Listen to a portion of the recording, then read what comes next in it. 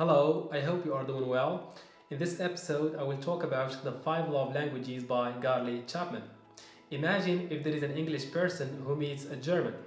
These people will not understand each other because they speak different languages. The same principle applies to couples who don't understand each other and therefore get divorced. In his book, Chapman shed some light on the 5 love languages that couples have to master to live happily. So, let's start.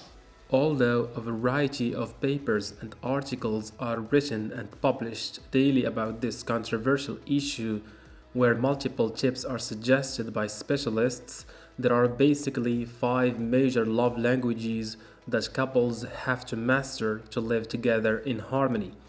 These are words of affirmation, quality time, receiving gifts, acts of service, and physical touch. We are going to see one by one. Words of affirmation simply mean appreciation and support that a person should get from his or her spouse to feel loved. It's usually done by expressing continuous, encouraging, and caring words that must be said regularly. If a wife cooks a delicious meal for her spouse or does the laundry, the husband in return has to praise her proudly using well selected words. It may look simple, but the wife whose love language is words of affirmation feels grateful. The same principle applies to men whose love languages are words of affirmation. Therefore, they should be used as much as possible. The second love language is quality time, which some lovers prioritize.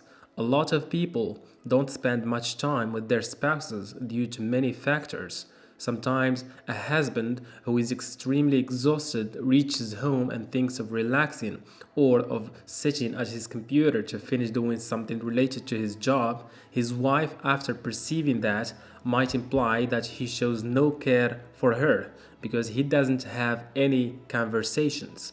She may even add that he prefers his computer over her. With this, new problems come to the surface, and the wife gets frustrated, although what takes place is not logical. Her acts prove that she speaks quality time language. In order for this wife to feel loved, her desires should be met. This can be fulfilled if the husband has so many conversations with her without doing any task. Instead, he must listen attentively and give her undivided attention. The TV and the radio should be off. In this way, the relationship will improve for the better as long as the spouse does this on a daily basis. It doesn't matter if the period of time is short. What matters is caring about the partner. Taking the wife to cinema or doing some enjoyable activities together is another favor which will make a huge progress. Another significant love language is acts of service. Love in this phase is expressed through serving the other. The more the spouse is helped and served, the happier and the more grateful he or she feels.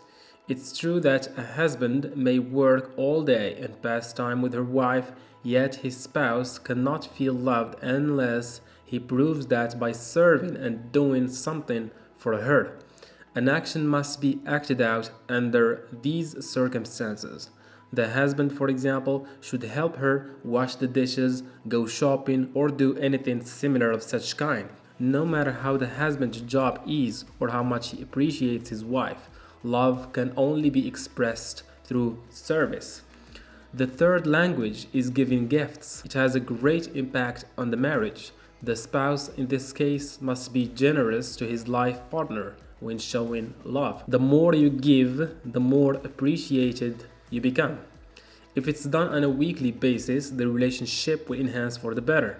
The spouse can ask his or her parents or friends about the things that his or her partner likes so that a beautiful gift can be brought to make his or her task easier. This method helps the spouse avoid confusion when thinking of picking up a particular present.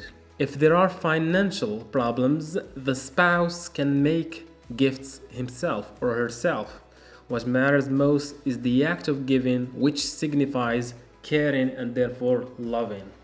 The last love language is physical touch. It's apparent by its name. This includes patting, hugging, kissing, and having sex.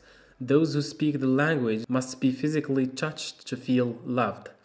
However, touching should not be exaggerated because this would seem weird, particularly in public places. The author invites people to realize their own language by thinking of it.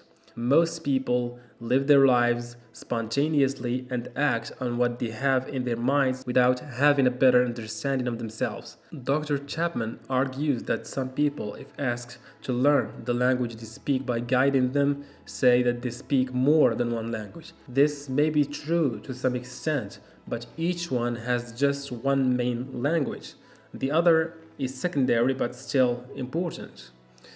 The author, in the end, points out that the same method can be used to know the language which children speak. Some people have inherited their behaviors and their love languages from their own parents.